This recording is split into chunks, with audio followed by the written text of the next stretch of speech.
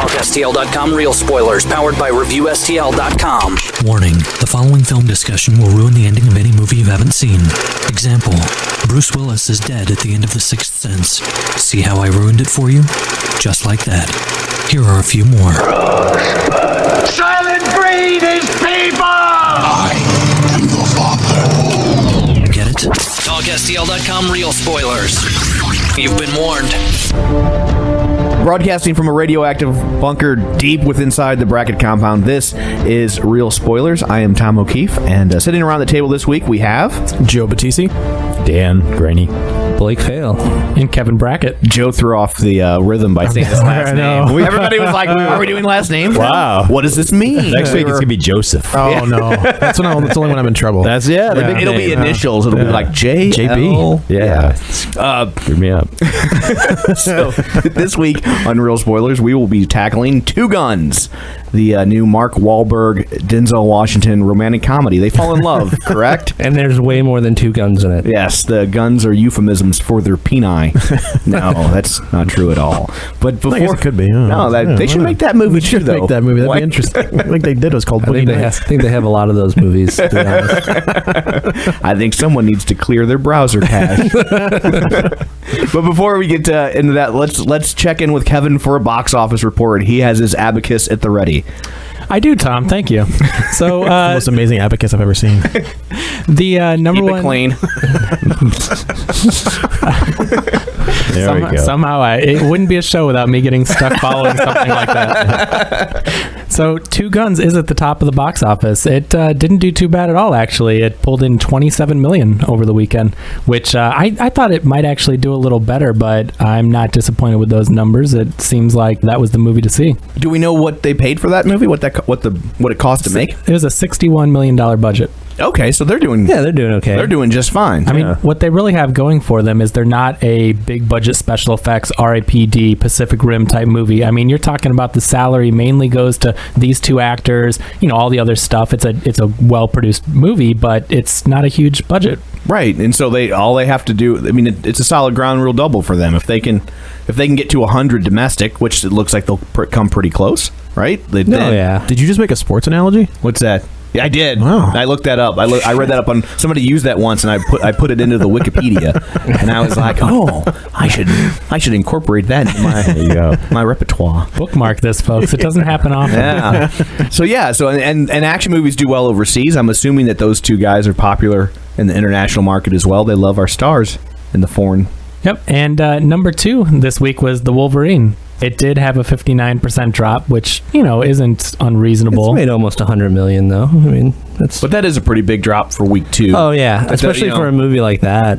But, that's like the word of mouth on that. You don't really need it. The people who are going to see it saw it. Yeah. And then you're not going to be like, I've never heard of this. Tell me more. Who is this character? Who is this Hugh Jacked man? Yeah. Yeah, that is the problem with a movie like that, is that you're not going to get legs on them. You know what I mean? No. Like it is what it is. You can, but the thing is the word of mouth on this one is pretty tepid. I mean, like, it's not...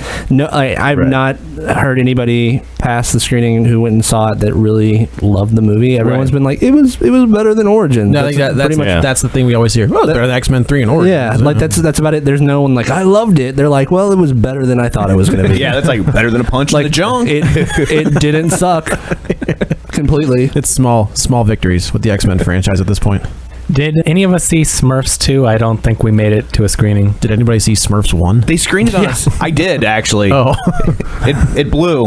Thank you. Good night. Drive safe. Don't forget to tip your waitress. That's this week's episode. We're not topping that one. Yeah, I wasn't questioning whether or not anyone wanted to see Smurfs 2, but I don't think any of us had the pleasure.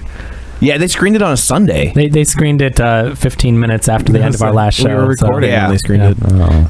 It is the number 3 movie this weekend. It pulled in $18.2 million, but that is a pretty big movie. I mean, that's one of those animated kids movies with the voices and everything. It had $105 million budget. $18 million, and I cannot imagine with Disney's Planes coming out next week that Smurfs 2 is going to stand a chance. I think these companies who are taking these cartoons from when we were kids need to go ahead and call it a day. I don't think they're just out of properties. Yeah, I guess we're about 6 months away from a Shmoo movie. I'm telling you, or the new Shmoo, or a Captain Caveman movie. I'm totally on board for a Captain Gem. I'm all for Gem. I still want Gem. Come on, I think make it happen. I think she is too truly outrageous to be adapted. That's why I want to see it. Is she truly outrageous though? I would say skip that and just go for Josie and the Pussycats. Bingo. Oh wait, they did that. Yeah, they did that. Rachel Lee Cook. I want the Herculoids or Thundar. I thought Josie and the Pussycats is actually a much better movie than it got credit for. Yeah, it's a subversive little thing. Yes, it is. With its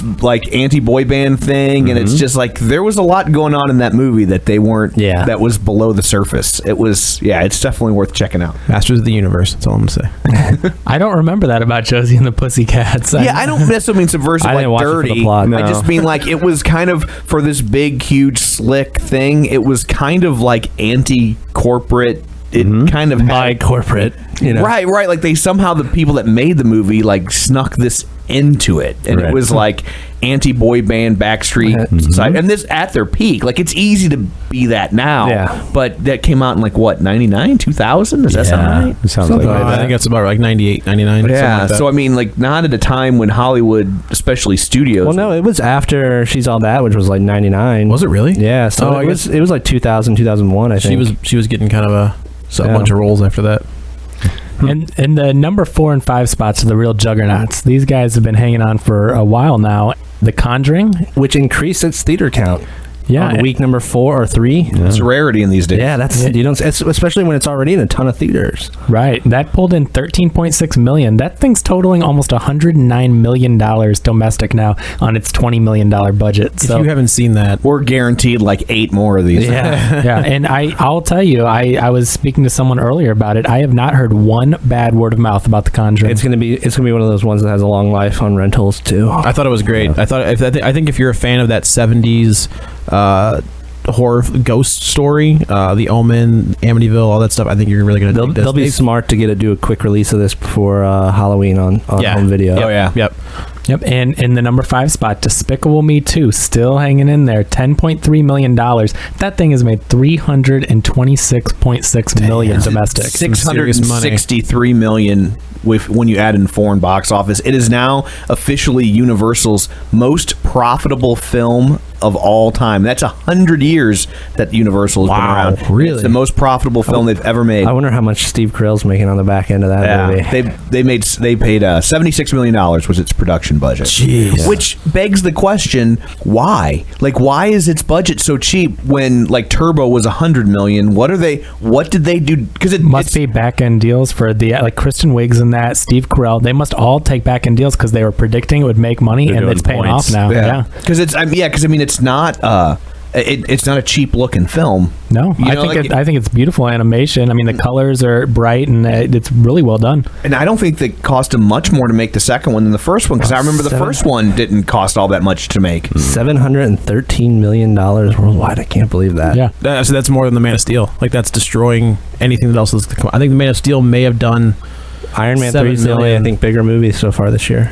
I was talking to someone about this the other day, and Universal is doing great this year. I mean, if you look at the big movies, but that's their only flop. So Universal has put out 9 movies this year. The year's halfway over. That's including the 3D re-release of Jurassic Park. The 9 movies combined have made something like $1.5 billion after the expenses of their budgets. And with 9 movies, and Despicable Me is half of that. Basically right there. So Universal's having a great year. One Fast and Furious is Universal, right? Yeah, that was a big hit. Well, those are the 2 cash cows, Fast and Furious and Despicable Me. But then they had other movies like The Purge, which had a very small budget. Identity Thief did really respectable for how crappy of a movie it was, and the budget. They put it out at the right time, plain and simple. Yeah, they put it February, where it's a wasteland. So I mean, you put in someone who's hot, you get some money. Yeah, and I'll tell you, like Jurassic Park, the 3D conversion, I think the budget on that was $4 million, and ended up making $45 million. So to just take a movie that didn't cost them, if you were an art house movie that cost $4 million, you made $45, everybody'd be talking about sequels and turning it into a TV show and. Yep. So pretty darn good year for Universal so far. Yeah. Do they have anything else in the pipeline? I mean, clearly they do. They don't just stop in July. They're like, okay, we're done. We're done. They did a good old fashioned Chris Rock mic drop. Yeah. And they're out. Can you guys think of any of the big Universal? I typically pay so little attention to who makes a movie. Yeah, until I actually see the movie, I'm like, oh, that's who made this. Especially because it's not like the studios how they used to be, where like they had a style like back in the in the Star System days. Well, Universal still has the classic monsters, so they were trying to reboot The Mummy again. Correct. Yeah.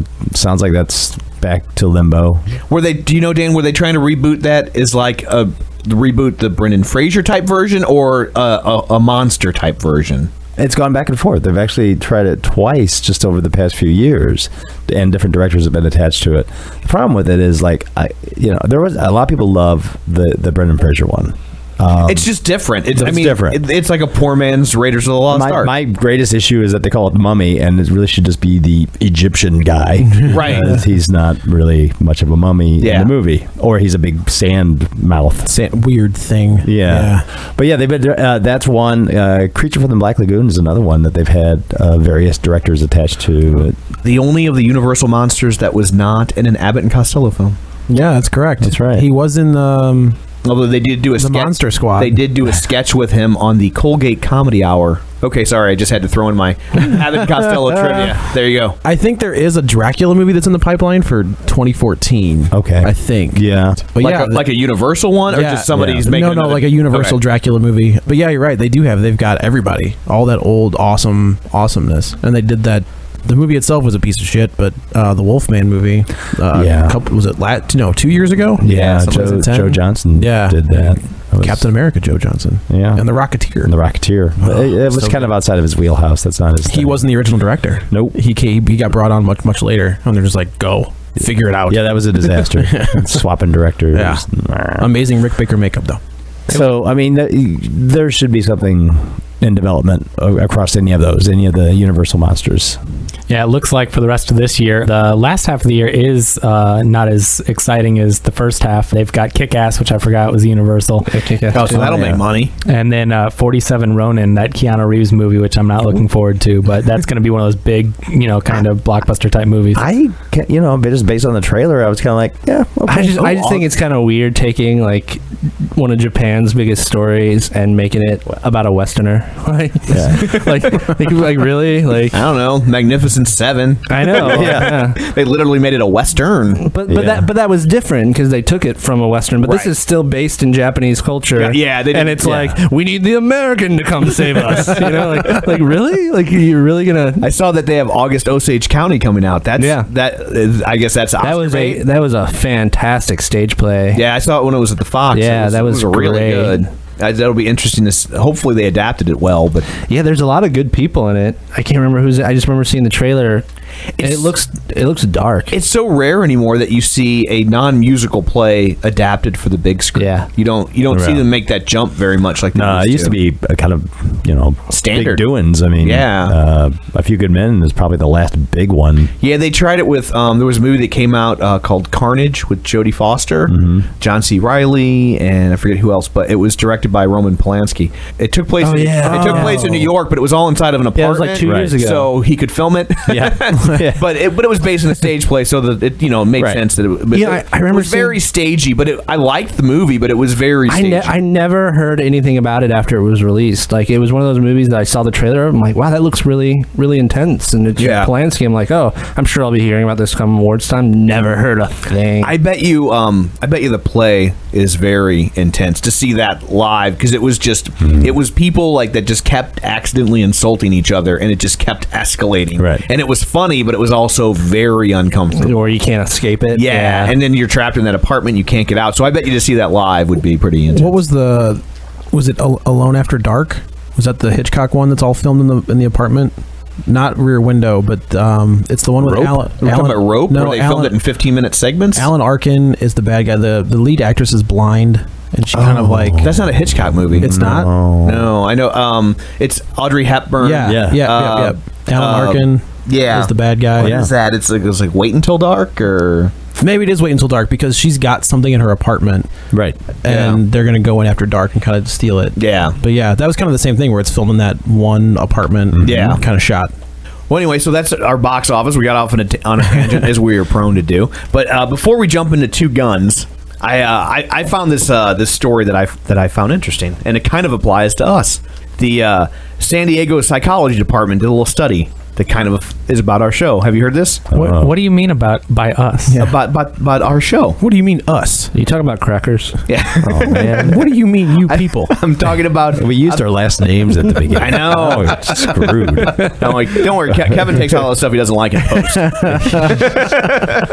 I haven't been in one show. I've noticed. What happened? That's weird. I'm in there somewhere. He redubs all our lines. Yeah. I'm an old black man. When did that happen? Agree with Kevin. Joe sounds like Bane. It's really weird. No, the San Diego Psychology Department conducted 3 experiments and they used 12 short stories. And basically, what this is about was to test whether or not spoilers would affect your enjoyment of a piece of entertainment. Okay, so what they did was, and they took like legendary short stories from authors like John Updike, Agatha Christie, Chekhov, Anton, not the guy from Star Trek, and that famous Shirley Jackson story, The Lottery. Everybody read that in the 8th grade. It's the law. And so it says the stories included ironic twists, mysteries, and evocative literary stories. And in 2 of the conditions, they gave away the endings of the stories. And one of the conditions, they gave away the ending with a spoiler as an independent piece of text preceding the story. And in the second condition, the spoiler was incorporated as the opening paragraph of the story. So it was presented as if it was part of the story. Okay. Right. And in the last condition, no spoiler at all. So the findings of the study indicated that in each type of story, ironic twist, mystery, or evocative story, the participants preferred the spoiled versions over the unspoiled versions. Really? Huh. Yes, I would not have guessed this. Especially in a mystery type. That is really surprising. It seems unfortunate. Like The Lottery, it just seems like that just pulls the teeth right out of the tiger on that. Totally. And they said that they preferred the stories even more when the story was included as the introductory text separate from the story. They took all these people from a screening of Grown Ups 2. Well, it says that they go into part of why it is, and they talk about this study from 1944, and the researchers showed participants an animation of 2 triangles in a circle moving around a square. Okay, and I've seen that one. Have you seen? It's a classic. It's directed by Hitchcock, right? The study found that the participants described the circle and the blue triangle as being in love, and the big bad gray triangle was trying to get in the way, and that people instinctively want to create a story where there is none, and it's they call it the theory of mind, and that gives people the ability to attribute thoughts, desires, motivations, and intentions, and predict and explain the actions of others. And that's why stories work. So a spoiled story is more engaging than stories that leave us hanging, and it makes it easier to process the information, and so you can actually anticipate it. We're doing you a favor, folks. Yes. Yeah, you can thank us. So you can now listen to us before having seen the movie, and we will actually improve your enjoyment. So that means if you haven't seen Grown Ups 2 yet, we did the impossible. We made it better. Wow. It's hard amazing. to do. So anyway, I just thought that was really interesting. I have their whole study here too. Yeah. There's their whole... Yeah, I have to say, I mean, doing what we do, I wouldn't necessarily listen to this show before. Yeah, neither would I. Yeah. But I don't consider us, I mean, I don't think we are bum rushing people, you have to actually actively listen and choose to do so. Right. But I've clicked off of articles where I'm like, whoa, too much, I want to know any more. Absolutely. I have as well. I actually like to, discover things as they happen versus Bruce Willis is dead. Yeah, I like the suspense, I mean, I wouldn't go and read the last chapter of Harry Potter before I started it. I mean, good. Yeah, they made it. I wonder who's gonna live. It's just no. That's part of the enjoyment. It's unexpected. I mean, I'm one of those people that when you watch so many movies and read so many books and stuff, you can kind of see a lot of things coming, anyways. But there's most movies. My girlfriend gets annoyed at me because I'll be like, "Oh, this is gonna happen," and she's like, "No, it's not. Like you're wrong." I'm like, "No, it's totally gonna happen." Like 10 minutes later, it's like Told you. Right. So, well, especially if you're seeing a mainstream Hollywood movie and you've read Save the Cat, you know what they're doing. Right. You know, like it's all. Well, like going back to Harry Potter, I got in a bunch of arguments with people back before the 7th book came out because it's based off of Joseph Campbell, Hero's Journey. Like it's a monomyth. Like I'm like, this is what's going to happen because this is what happens in a monomyth. Like if you know the right type of story, you can kind of spoil anything for yourself. I mean, it was obvious from the very get-go that something with Harry Potter was going to happen where he was going to have a death and he was going to have a resurrection because that's what happens in a monomyth. Like it's going to happen. So I mean, I think there's certain things that you can always expect, but I wouldn't want to go in and spoil the little details for myself because that's where I get my enjoyment from. Right. I think the comic book community is horrible about spoilers. They will release stuff to like the press. I think when they killed Johnny Storm, sorry if I spoiled that for anybody. That was spoiled like a week in advance of the book actually coming out, is that they were going to kill the Human Torch. Well, do you remember? Don't even talk about the Batman one because Tom hasn't read that yet. So I'm just saying, if you're going to bring up the recent Batman one, don't say it. Which spoiler?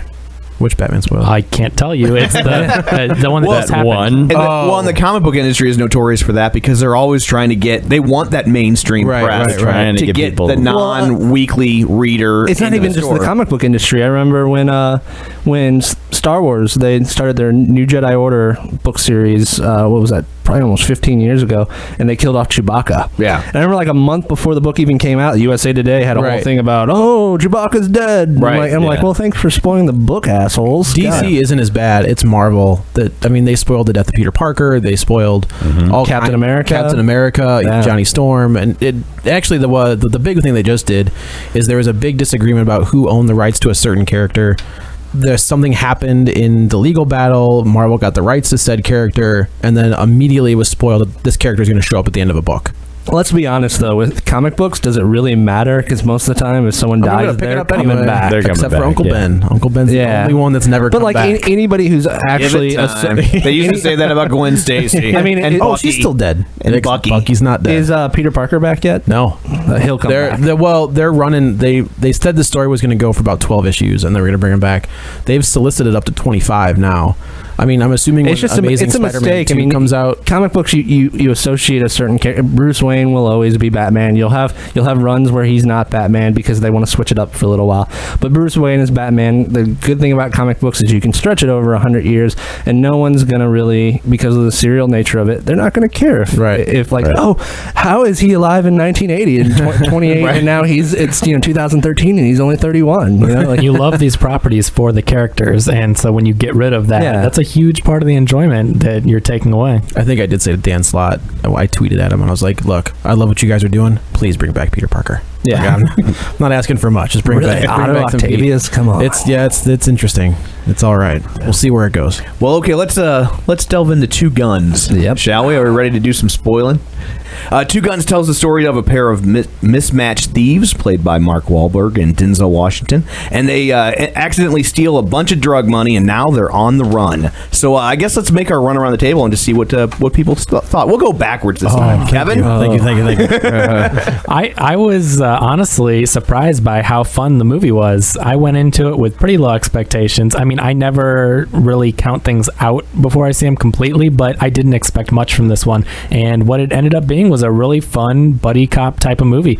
I thought Denzel Washington, who is a great actor, who I like in most anything he's in, I thought that he was good, but I even thought Mark Wahlberg was really more the star of the show. He was hilarious in it and really made the movie a lot of fun.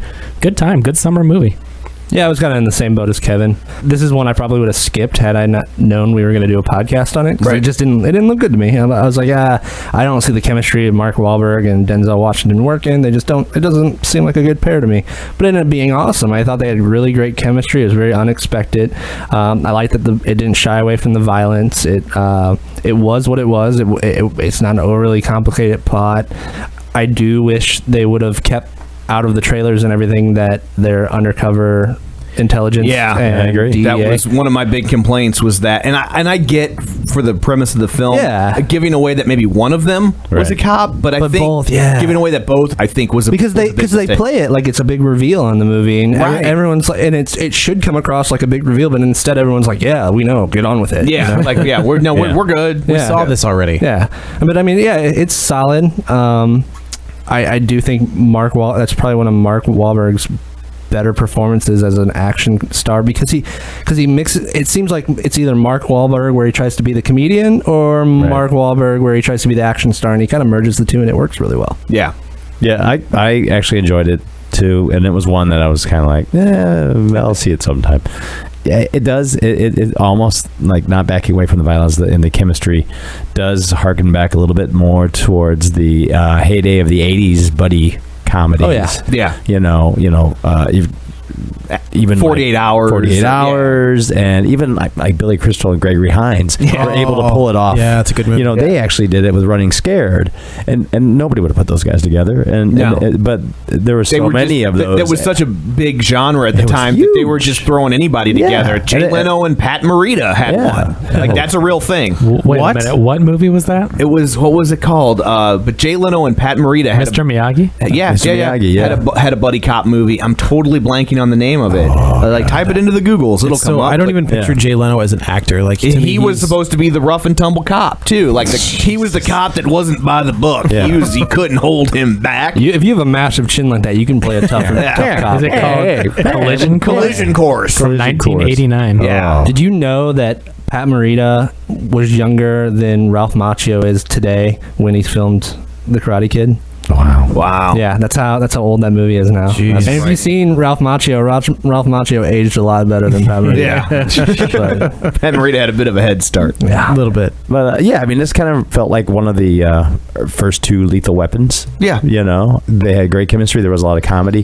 There was enough serious to it that kind of balanced it out, so it never got wacky, but it never got too dark, and it just kind of struck a nice balance. And I think not trying to be PG-13 worked in its favor, I think. Yeah, I agree wholeheartedly. Yeah, if that was a PG-13 movie, that movie does not. It's not good. Yeah, it would lessen the impact of what does happen in the movie. I mean, how many buddy cop movies in the 80s were rated R? I mean, like a lot of them. Pretty much all of them. All of them, I think. But then, like, the 90s came, and all of a sudden they all became PG-13. They lost kind of their edge, you know? Yeah. Like, They traded that for box office sales. Yeah. Because they didn't realize yet that, you know, I mean, when they first started making those, PG-13 didn't exist. Yeah. And then when PG-13 did come into play, it took them a while to figure out how much more money they can make off of a PG-13 movie than an R-rated movie. And so they started, because they were still kind of coming out of that 70s cinema where they're like, yeah, sure, like, you know, you go back and watch 48 Hours now, and like they would never make that movie because Nick Nolte is like, I mean, every other he drops the N-bomb like 900 times, and like they were, you know, somebody in a suit would be like, well, but he's not likable now, so we have to change that, and it would just never fly today, never, and so the PG-13 was kind of I guess the death knell of those films. Yeah, I think you got was it Rush Hours? All three Rush Hours were all PG-13. And the Shanghai Nights. Yeah. I mean, but no, you're right. They did lose their edge. It was not. And kind of the return to that we talked about on another podcast was 21 Jump Street. Yeah. I mean, that was one of those buddy cop movies where rated R, and it was hilarious. They embraced it. Just thinking of one of the scenes where she's like, you can go pop on each other's assholes. It makes me laugh every time. But yeah, I like that. Oh, Joe, you didn't actually. I didn't. I was going to let you keep going and then cut you off, but that's fine. I'm kind of in the same boat as Blake. This is one of those movies I probably would have skipped had we not been recording a podcast about it. I thought it was fine. I kind of saw where everything was going. I saw a couple of twists coming probably from the get-go. I think the scene where she's going into the love interest or the girl the movie is going to the hotel, and then they introduce Mark Wahlberg's superior officer, and I was like, that's the guy. And she's going to... Spoilers... That's what we're here for. You don't have to. She's going to turn on him like she's the one that flips. I think it's definitely one of those movies where you figure out pretty quickly that every character has a purpose. Yeah. Right. That if there's like, I wonder who's doing that, it's going to be someone you've already seen. I do like they didn't shy away from certain things. Like, I mean, they let her die. You know, like I feel like in a lot of movies they'd be like a last minute save or something. She's okay. But like, I mean, they blow her brains out. Okay. They have that. I mean, was he going to her apartment Is that where he finds the body, or was that his place? I thought it was his place. That's the way I thought. Like they were going to set him up for killing her, and they just left her there unceremoniously. Right. Like, oh, by the way, we forgot about your character. And nice return of Bill Paxton. I mean, we haven't seen Bill Paxton a lot in movies recently, and it was good to see him. Yeah, not on the big screen. Not on the big screen. Thank you, television shows. Yeah, and he was great. I mean, he was a villain. He was a very good bad guy, and he was a good bad guy. I like Bill Paxton, and I enjoyed him in this role. You know, he definitely played an interesting bad guy. You know, so yeah, I think he was all right. How long ago was Haywire? He was in that, wasn't he? Oh, he wasn't Haywire. That was like 2 years ago. Was that long ago? Okay, but and I know this isn't a movie, but a year and a half. He was in Hatfield and McCoy's. Hatfield and McCoy. He was really good in that. Well, right. I mean, it's he's a good actor. He just kind of he fell into that TV world, and TV has gotten so good lately that it's very easy to fall into. Not a bad world to be in. Yeah, no, totally. Yeah. What was the Mormon show on HBO? Big Love. Big Love. So I mean, he did Big Love and then Hatfield and McCoy's. Both those shows were great shows, and that was his comeback. Well, Hatfield and McCoy's was the highest rated show in the history of the History Channel. Right? Channel. Absolutely. All right. Yeah. It's like saying you're the highest rated show on A&E. But now, I mean, but for that, even by their standards, though, it was a juggernaut. That thing was a beast. I mean, it was getting almost network. Yeah. It got a lot of Emmy nominations and wins, didn't it? It runs like crazy at work. It runs like crazy at Blockbuster. Costner won, didn't he? Yeah. Yeah. I mean, it really. I still haven't seen it. Yeah. So. It was solid. I mean, it gets a little dry in spots, and the problem is there's so many characters, and it does fall into this trap of telling the same story over and over again. I'm mad at you, so I'm going to kill this other guy in your family. Well, now you killed him, so we have to kill somebody in your family, and it can, like, wash, rinse, repeat. I'm waiting until I can bring my portable DVD player to the Hatfield and McCoy restaurant and watch all of it in a marathon. So, nice. Whatever. But yeah, I really like that. This is like one of those, like, I think they're starting to call them dad-core films. Have you heard this term? No, what is that? Yeah, it's like movies that are designed for, like, dads to go see. Not like our dads, but like now that we're dads. And so it can be like The Expendables would be a dad core movie. I think you could call Grown Ups and Grunts 2 a dad core movie. I used to call these dick flicks. Yeah, they're kind of like and they're kind of targeted a little like blue collar, like it's kind of the NASCAR crowd of like, I want to see shit blow up, and it's or I want to see people get shot, or I want to see fart jokes. It's Wild Hogs. You got all that. I think in this movie. Yeah, you got all of that. So like Wild Hogs would be a dad. And so Please some of stop them, saying that title.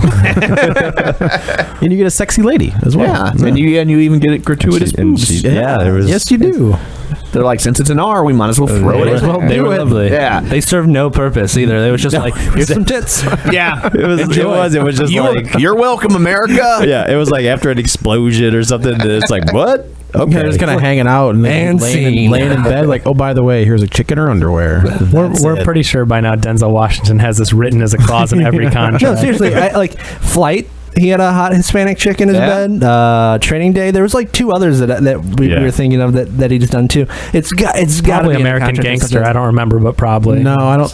I mean, he had a hot wife, but it wasn't. Yeah. Yeah, he's Denzel Washington, lucky guy. I think one of my complaints about the film, and I did enjoy the film, so I'm not complaining about the film, but I'm nitpicking here, is that Denzel Washington and Mark Wahlberg were so good together that I really didn't like when they separated them. Oh, in the yeah. film. Like I think I almost got the feeling like they didn't realize what they had, or they would have written a different screenplay, because it's like when they weren't together, it definitely it turned into just a regular old. It had a lull. If this does well enough to get a sequel, and they did set it up for a sequel, of course they did. I doubt they'll do that. Well, it's funny that you mentioned sequel, because there is a sequel already out, because this is based on a comic book. A lot of people realize this, but this is a Boom Studios comic book, and they actually released on July 30th 3 guns.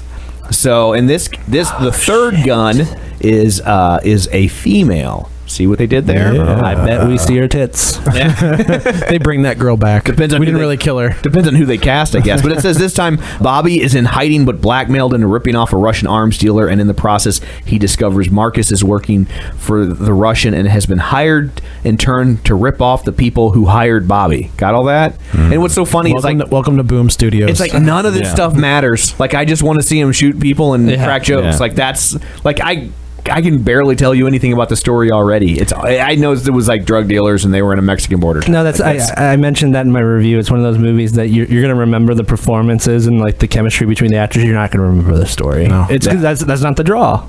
I did like the scene where they are one's driving backwards, the other's driving forwards, and they're fighting, and they jump through from window to window. Yeah, I thought that was a very fun scene, even where Mark Wahlberg uses like a window and he blocks the punch. There was actually some good physical comedy. Yeah. So them laying on the ground, like, you let go. No, you let go. All right, 1, 2, 3. We'll both. How many times though in that movie were they like backed into a corner where like they're not gonna be able to get out of this, and then they get out of it every time, like they're with them hanging in front of the bowl. There's like when all the gangsters are around their car, like why didn't they just shoot them on sight? Like, like I'm pretty sure Mexican gangsters aren't like, let's bring him back to the boss. Yeah, they're like, fair's fair. Yeah. We gotta give him a shot. But like, there's probably a good 6 or 7 scenes like that where they're like, oh, they want you to make it think there's no way they're gonna get out of this, but we have an hour and a half left. But honestly though, like that's what they've been doing that since the 40s in serials. That's where Buster Keaton's been. Buster Keaton's doomed this time. That's literally where the phrase cliffhanger came from. So it's just part of the genre. The Stallone movie? No, I get it. I'm just saying that like some of them were a little overdone at times. I feel like they could have toned it down a little bit. But that's what it is. It's over the top. It's dumb. Has anybody read the comic that this is based on? No. I've skimmed it. I did not make it. It's loosely based on the comic. Well, because what I found interesting, and I found a quote where they're interviewing the guy who wrote the comic, and he says, in adapting the movie from his 2007 Two Guns series, the author liked the difference in dialogue from his comic to Blake Master's screenplay. Plus, he enjoyed the spontaneity the actors gave to it when ad-libbing. So what he's saying is he does think that the dialogue is better in the movie. Well, that's the only good thing about the movie. Like, other than that, it's a straight to DVD. You know what I mean? Like it's nothing. It might as well, it might as well star Steven Seagal. Like, who cares? It's like the dialogue is what makes it. So if that dialogue isn't in your comic book, dude, you won the licensing lottery. Yeah, you have no business cashing that check. I wonder what type of pay he's going to see from it, though. If it's a small comic studio Boom or whatever, Studios is really it's going to be like that situation with the writer of Forrest Gump where he won't option the second Forrest Gump book because they screwed him so bad. Oh yeah, do you ever hear about that? No. I know that he Gump and Son or Gump is that Company? real? Well, okay. According to Paramount Pictures, Forrest Gump has still never turned a profit. Right, and there's 2 different types of deals that you can make in Hollywood. You can do a front end gross or back end gross. Points is you get a percentage of what it actually grosses in theaters, where you can get a profit share where you get a percentage of the profits. The problem is in Hollywood, nothing turns a profit. The Harry Potter series has not turned a profit for WB according to WB's accounting department. So anybody who takes a deal for profit is considered kind of a rube because there's no way you're seeing money. Right. So Forrest Gump, adjusted for inflation, has made like 350-400 million, something like that. It made over 250 million. I know it made over 200 million in the day. So and the writer got paid almost nothing for the rights of the book and has yet to see basically any money from it. And Paramount came and like, we want to make a sequel because this was so popular. And he's like, yeah, go screw yourself. Like, I'm keeping the rights to my book. But I'm wondering, now, couldn't they write their own story? Don't they have the rights to the character? I think they just have the right to the book. That it's based on. So I don't think, but no, they're not able because they wanted to make a sequel and they weren't able to because they wanted to keep their profits. It's interesting that like movies like that. If you go to Wikipedia, they have this great article on Hollywood accounting. It's great. But like movies like Harry Potter and the Half-Blood Prince has made over $1 billion worldwide, over $1 billion, and they're like, we lost money on it. Like, okay, I'm sure you did. Why do you keep making these? Hollywood? You made 8 of these movies. But you would think that someone from he's not going to have a lot of bargaining power. Like, you don't get my story unless you give me points. Like, no, they're not going to take that. Well, yeah, especially because you didn't know going in that it was going to be the juggernaut that it turned out to be. So you're just like, hey, cool. They want which it only made $27 million on its first weekend, which is respectable for an R-rated comedy. Yeah. In August, but it's not like crazy. But it'll make good enough money where they'll try to churn a sequel, and it's entertaining enough. It might find a life on video, and the sequel might be a little bit more powerful than the original. Yeah, I think it will, in the same way that like I think Kick-Ass is going to do way better than the first one. The same way the second Austin Powers did so much better than the first one, and that's a rarity that you find that. But I do think that this is one that'll do that. I get the vibe just from the interviews I've read that they really liked doing it. So I think that they're looking to make more. The fun they were having came through off screen. I feel like Mark Wahlberg learned a lot making Ted. And that you mean comedic wise or just as an actor? Comedic wise, I think that like he learned a lot. He's a good comedic actor. Yeah, and he really got to utilize that in this film in a way that I don't think he would have had he made this film before Ted. Well, look at the look at the other guys, which is Mark Wahlberg and Will Ferrell, which is a comedy and it's a buddy movie. And Mark Wahlberg kind of whiffs it a little bit. Now, yeah, I will agree. Now, I'll say in his defense a little bit. I didn't think I'd have to defend Mark Wahlberg. How was my life? You take that back. How was my life? Sorry. He was Dirk Diggler. Leave him alone. This is an outrage, sir. But in the other guys, he had to play the straight guy, right? So he didn't. Not that he didn't have laughs, he but didn't he get wasn't the juicy parts, right? Where in this one, I feel like Denzel was more the straight guy, and that Mark Wahlberg got to ham it up more, and so I do feel like there's a little bit that you can give him some latitude, but I really feel like his comedic timing works in this movie in a way that it hasn't previously, with the exception of Ted. But I really feel like working with that group of people, which is painful for me to say, because I am not a Seth MacFarlane fan at all. Although I did really like Ted, which surprised me to no end, because I was not wanting to see that movie, and I think the voiceover is my favorite part. I just think Seth MacFarlane just does some really lazy stuff in Family Guy and whatnot. I'm just not a fan. It's just not my thing. But clearly, a lot of people feel otherwise, and congrats to him. But I liked Ted a lot, and I really do feel like he learned a lot making that movie that he really put to work in this film, and made it much more enjoyable than it would have been, or that, like you said, any of us thought it was going to be. Honestly, it could have been the movie of those two guys in the donut shop. Just having that conversation, and it would have worked, because they did that. There's a good chunk of the movie where they are just bantering back and forth, and it works. Yeah, that whole bit about ordering a breakfast was pretty funny. Yeah, absolutely. That could have been an awful scene had it not had the chemistry not been right on that. And I do have a feeling that there's a certain amount of improv in that. Oh yeah, I mean, I think there is. I think actors do take liberties. I saw a thing going around online of Denzel Washington saying, "I guarantee it." I guarantee you that. And how he says it in almost all of his films, and I find it difficult to believe that all these random screenwriters have happened to put that line in just through happenstance. So it tells me that when he gets on a roll, he kind of takes the core of the speech he's supposed to be giving, and he just kind of makes it his own, and that's just one of his little. Everybody's got crutches, and I think that's one of his. It's just not a line in the same way that like "I'll be back" is a line where you're waiting for Schwarzenegger to say it,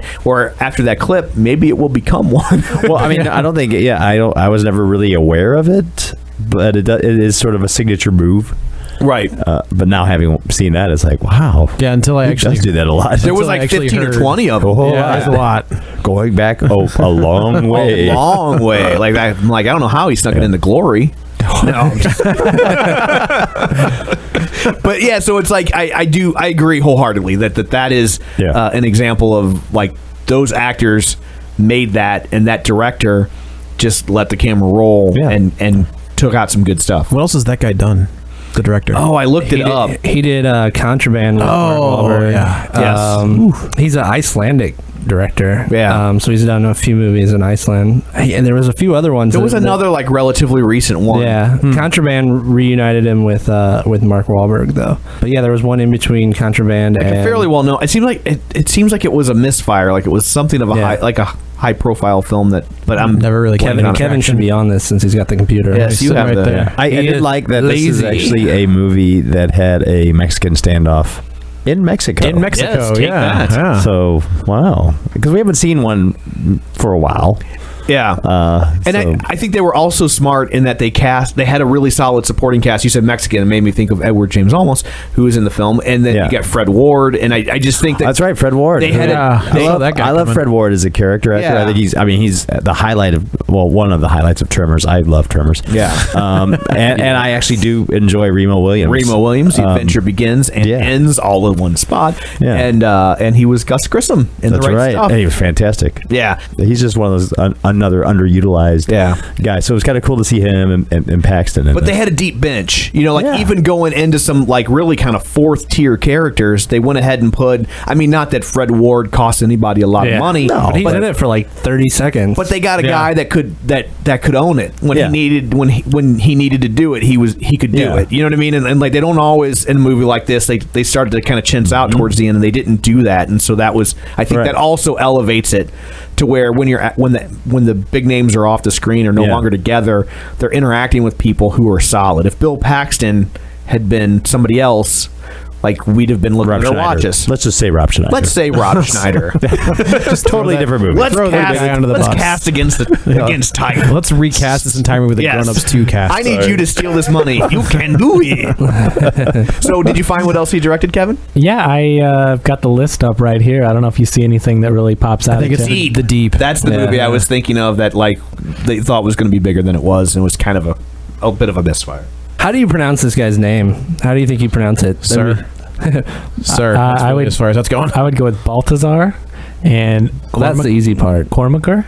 I have no idea. You put the little accent over the A, and it says he was born. It's when they start doing the accents. It says there he was born Baltimore Cormacor Samper. Why would you get rid of the easiest name to pronounce? Maybe there was already one of those whatever you just said in the DGA. I don't know. Keep the name people can say. How about that? No, we're gonna make it as insanely as humanly possible. But I think it was a solid movie. So I did find a little bonus video for you, Tom. I thought you might enjoy this. I found the trailer for Collision Course. Oh, awesome! Featuring Jay Leno and Pat Morita. So let's go ahead and watch this trailer.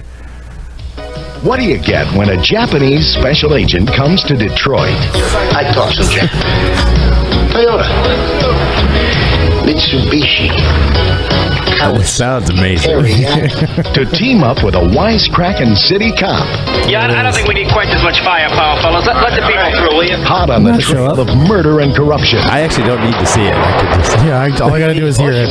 Sold revolutionary new turbocharger. You got proof of this? You just make it up as you go along. No. I see guilty look in Jared's eye. Guilty looking eye. Well, with that kind of hard evidence, what in holy hell is playing in the background? It's that horrible 80s sync pop. Is that Collision Course? The funniest. This is like the same music you heard on every trailer before a movie, a VHS movie. Comedy. The crash onto the screen. Because Asians can't drive, right? Right? Stupid. Run a red light. It's the underlying racism of this entire movie. Why is that?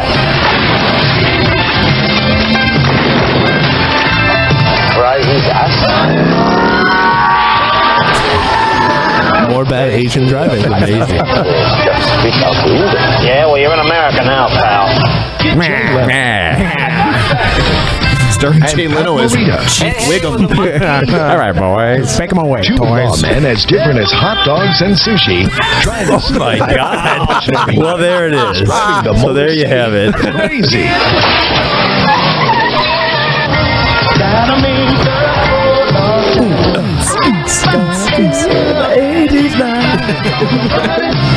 We're doing a montage.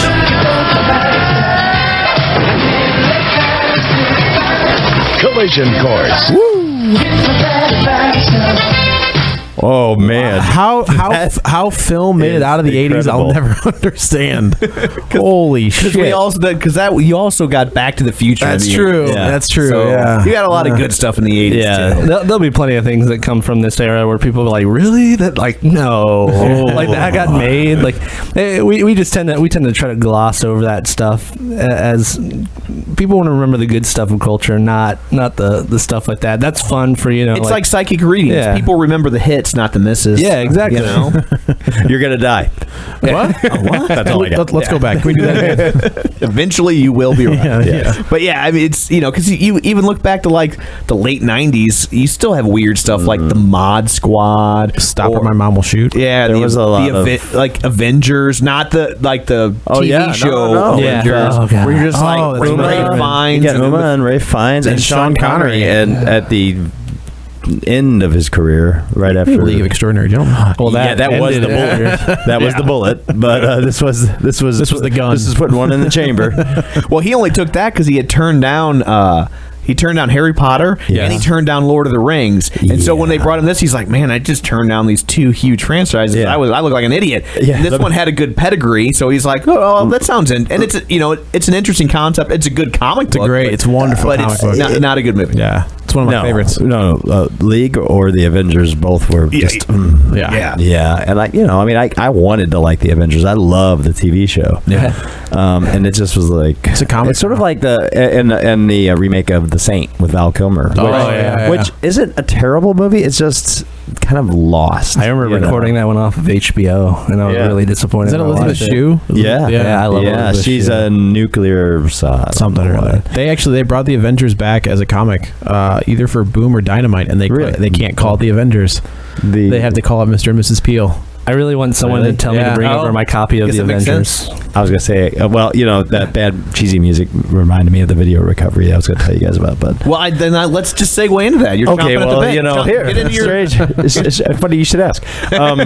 Okay, so it kind of piggybacking something that you'll see on reviewstl.com is a movie playing into the whole idea of border, a movie set on the border, and there's a movie from 1984 called Flashpoint. This actually has a distinction of you can go to our website and right now you can actually watch the whole movie. It's right there. Until YouTube figures it out. It's a short movie. It's like an hour and a half, based on a book. It stars Treat Williams, Chris Christopherson as two border patrol agents who just on routine jobs, putting some sensors. They're digging up and having to put these sensors in that'll automate some of the border patrol. And they stumble upon a Jeep, a very old Jeep, with a skeleton and a large bundle of cash. And it just goes to show, even when, no matter how far away or how long ago it's been, if you find a bundle of cash, a very large bundle of cash, somebody will probably be looking for it. People are funny that way. Yeah. They're greedy bastards is what they are. Yeah, this is a quick, really cool movie that you could honestly just watch. You could probably have playing in the background. Definitely worth checking out. What's interesting about it is that the theme song, it's like, it's a flashpoint, at the end, which is horrific. It's from the guy who wrote the theme song to Collision Course. I think so. And it's so bad, and it just sucks the life out of the movie.